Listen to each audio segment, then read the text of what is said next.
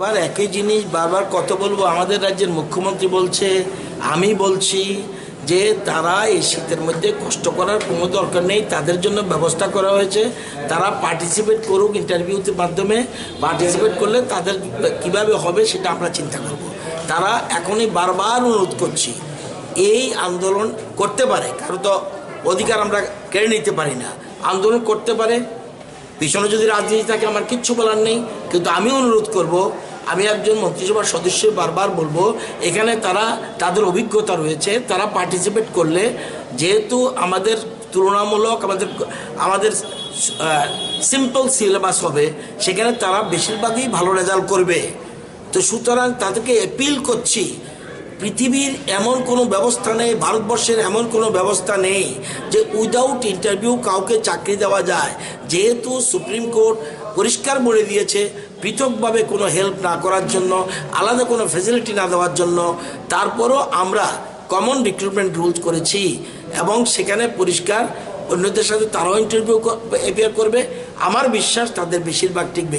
যদি না টিকে, এটা আমরা আজকের পরে আরেকদিন বলবো না, কিন্তু যদি না টিকে তারপরেও আমাদের মাথায় রয়েছে কি করা যায়। কিন্তু আন্দোলন করে অফার তার ওনাদের আন্দোলন স্থলে যাবে, এটা হয় কোথাও?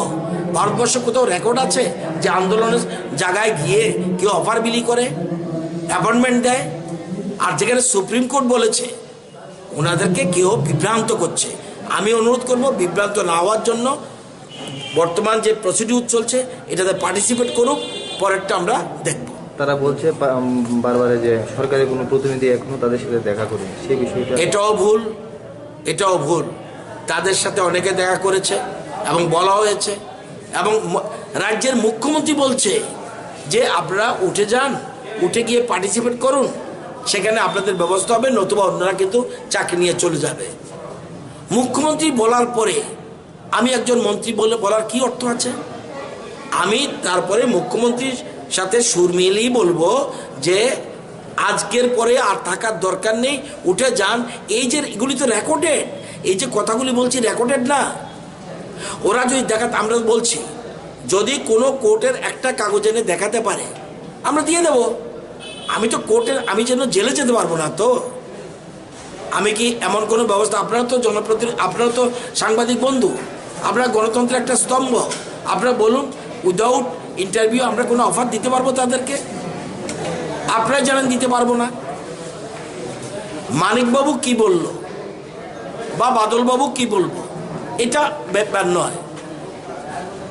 এখন আমরা পরিষ্কার বলছি যে 5,500 পোস্ট ইন্টারভিউ প্রসেস চলছে, এর মধ্যে আবেদন করার তারিখ এখনো যায়নি।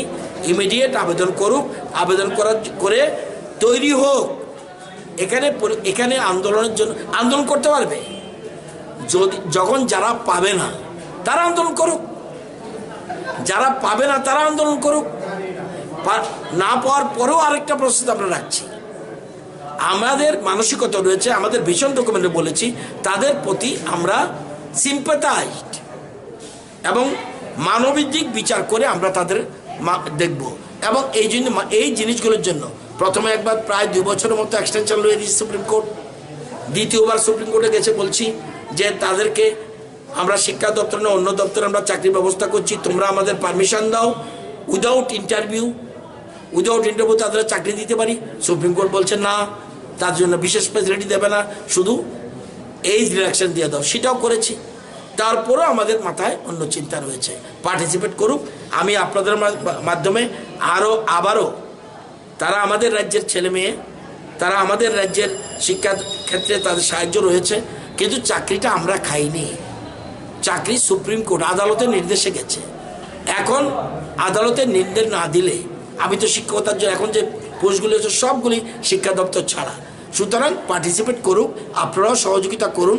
শুধুমাত্র আপনারা বাইট নিয়ে ওরা কি বললো আমি কি বললাম এটা বিতর্কে না গিয়ে তাদেরকে বুঝিয়ে বলুন উঠুন। আমরা তাদের জন্য সিম্পেথি আছে, আমাদের রয়েছে।